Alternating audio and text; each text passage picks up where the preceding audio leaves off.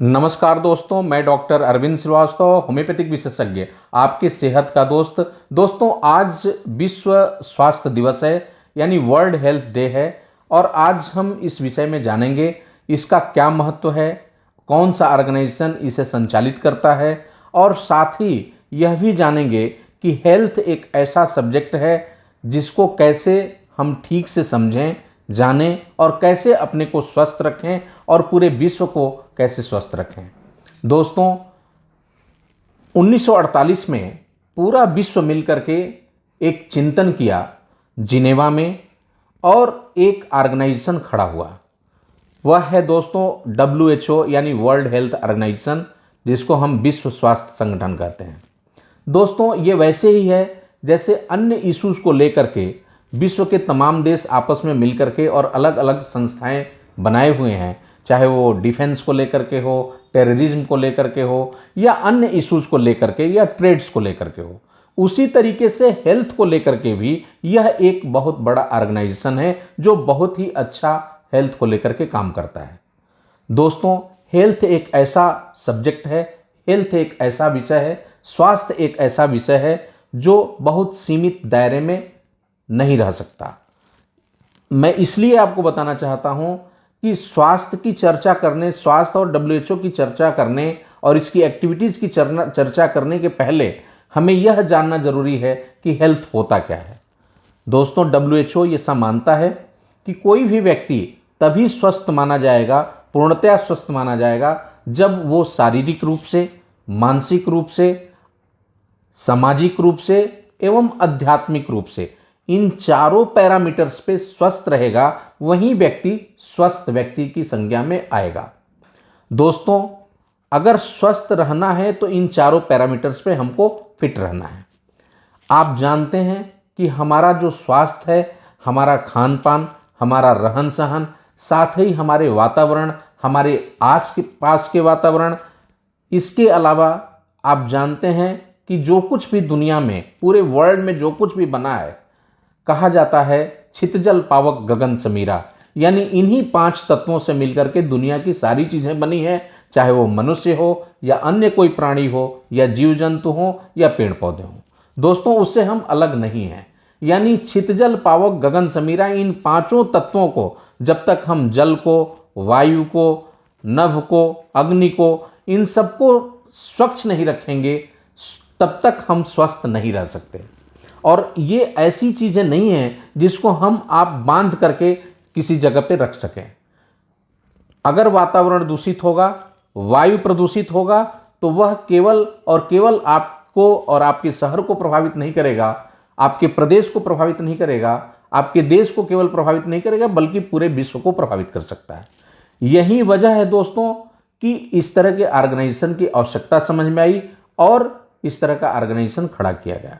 यही नहीं दोस्तों, हेल्थ का एक ऐसा सब्जेक्ट है जिसमें कुछ ऐसी तमाम बीमारियां होती हैं जो सिर्फ एक छोटी जगह पे सीमित, एक मोहल्ले या एक स्टेट तक ही नहीं रहती, एक देश तक ही नहीं रहती, बल्कि पूरे विश्व में फैल सकती है। अभी आपने कोरोना को देखा 2-2.5 सालों में कि किस तरीके से चाइना के एक छोटे से शहर से निकल करके और पूरे विश्व को अपनी चपेट में लिया, और क्या भयावह स्थिति और किन स्थितियों से हम सब गुजरे हैं, जो आज भी कहीं ना कहीं उसके स्ट्रेन चल रहे हैं और वैक्सीनेशन और तमाम प्रोग्राम्स चल रहे हैं। तो इसी तरह के बड़े हेल्थ इश्यूज को लेकर के ये ऑर्गेनाइजेशन काम करता है। आपने पोलियो उन्मूलन के बारे में सुना होगा। पोलियो के बारे में पहले लोग कितना इससे पीड़ित हो जाते थे, हैंडीकैप्ट हो जाते थे, और पूरा जीवन, तमाम लोगों का, करोड़ों लाखों करोड़ों लोगों का जीवन दूभर हो जाता था।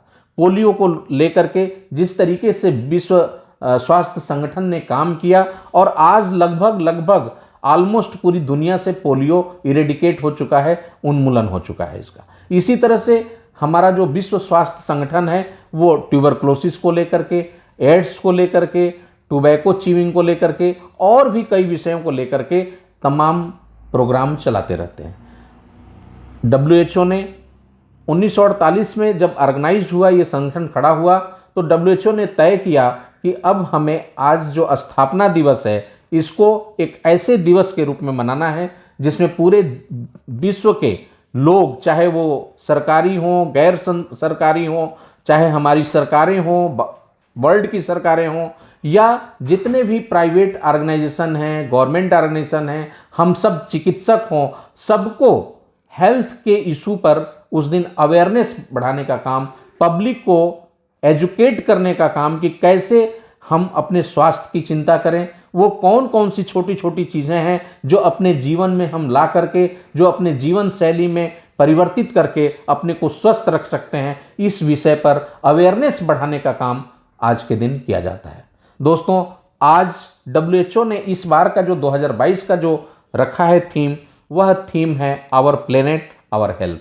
यानी कि हम जिस जगह रहते हैं, इस धरती पे रहते हैं, तो इस पूरे धरती के स्वास्थ्य को, जब पूरे धरती के स्वास्थ्य को ठीक नहीं रखेंगे, पूरे धरती के वातावरण को ठीक नहीं रखेंगे, वायु से लेकर के, जल से लेकर के, पेड़ पौधों से लेकर के सारी चीज़ों की अगर हम चिंता नहीं करेंगे तो हम स्वस्थ नहीं रह सकते। इसी बात को इंडिकेट करते हुए आज का ये थीम है आवर प्लेनेट आवर हेल्थ। इसलिए दोस्तों, हमें ग्लोबल वार्मिंग है, और जिस तरीके से आप देख रहे हैं, शांति के नाम पर जिस तरीके से अशांति और युद्ध आप देख रहे हैं जिस तरीके से हो रहा है, आज ये कहें कि पूरी दुनिया बारूद की ढेर पे खड़ी है, जो पल भर में पता नहीं क्या से क्या हो जाए, तो आप समझ सकते हैं कि क्या स्थितियां हैं। जिन देशों के कंधों पे ज़्यादा इस चीज़ को लेकर के चिंतन करने की आवश्यकता थी, चिंता करना चाहिए, वो देश भी इस तरह की चीज़ों में इन्वॉल्व हैं, जिसको लेकर के हमें आम नागरिक को और आप सबको चिंता करने की ज़रूरत है। दोस्तों, जिस तरीके से मेडिकल साइंस काफ़ी डेवलप किया, बावजूद इसके आज भी 70% से ज़्यादा केसेस में डायग्नोसिस टाइम से नहीं हो पाती, और अगर समय से डायग्नोसिस नहीं हो पाई, पता नहीं चल पाया कि क्या बीमारी है, तो इलाज कैसे होगा? इलाज में भी देर होगी, और समुचित इलाज समय से न मिल पाने की वजह से वो व्यक्ति काल के गाल में असामयिक समा जाता है और तमाम लोगों का निधन होता है।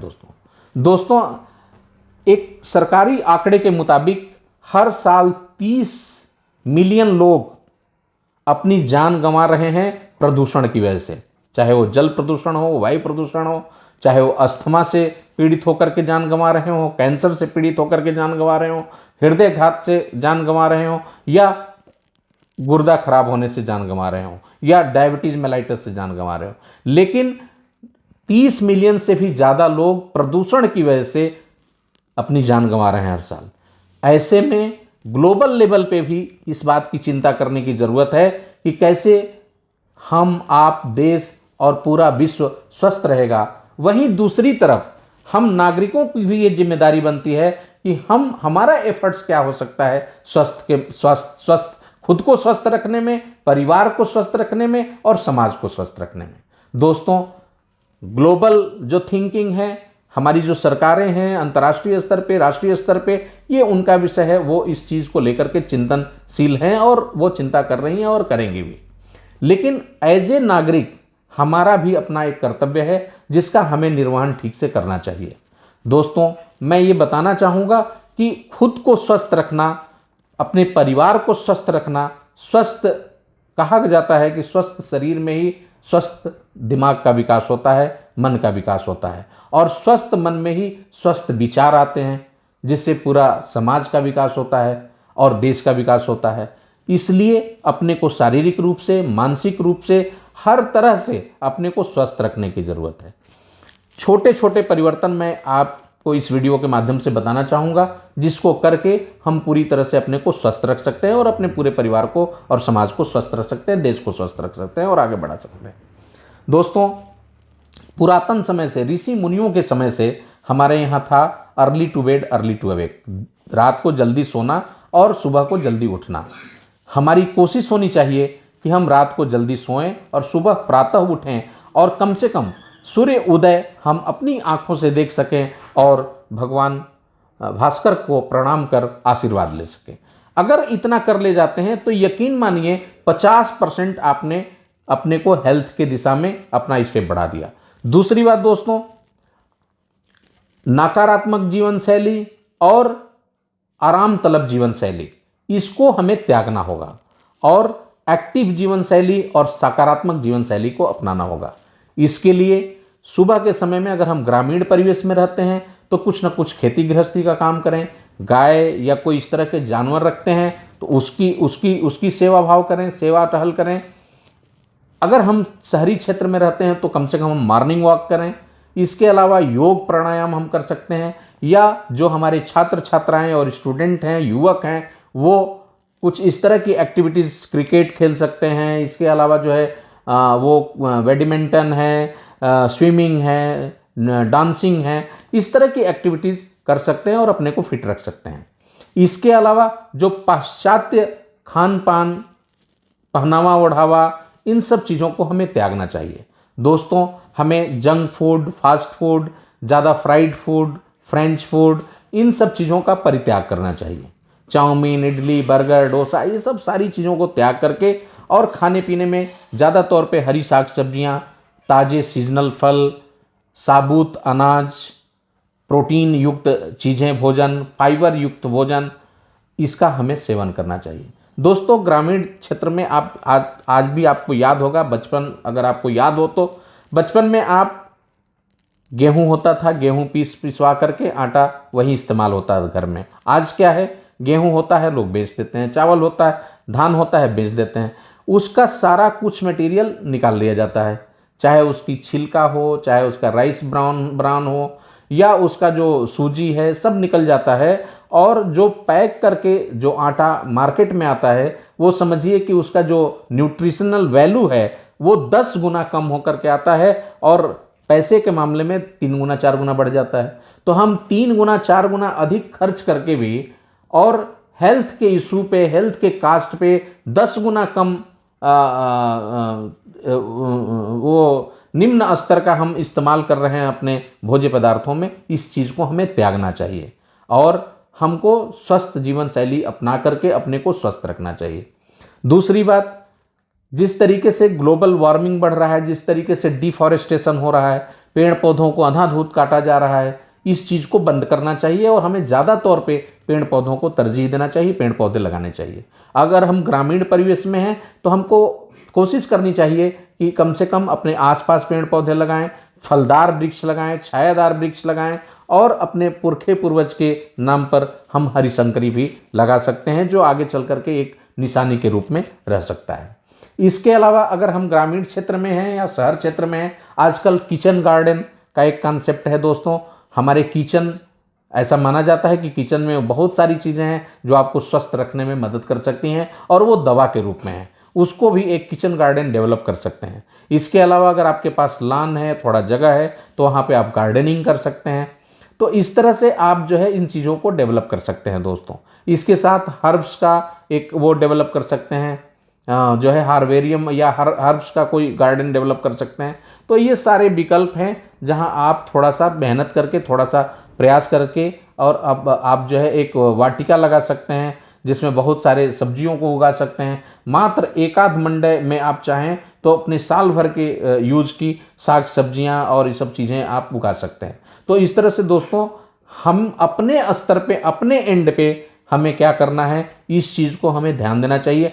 अगर हमारे ही जैसे हर व्यक्ति केवल अपने कर्तव्यों का ठीक से निर्वहन करने लगे तो न केवल हम अपने को स्वस्थ रखेंगे, अपने परिवार को स्वस्थ रखेंगे, बल्कि अपनी पुरातन परंपरा को, अपने पुरातन जो हेल्दी और स्वस्थ जो शैली रही है, उस चीज़ को भी आगे बढ़ाने का हम काम करेंगे और साथ ही अपने समाज को, अपने देश को के विकास में एक बहुत बड़ा हम मददगार हो सकते हैं। यही नहीं दोस्तों, हम भारतीय एक बहुत बड़ा उदाहरण बन सकते हैं दूसरों के लिए, पूरे वर्ल्ड के लिए, और पूरे वर्ल्ड हमको फॉलो कर सकता है।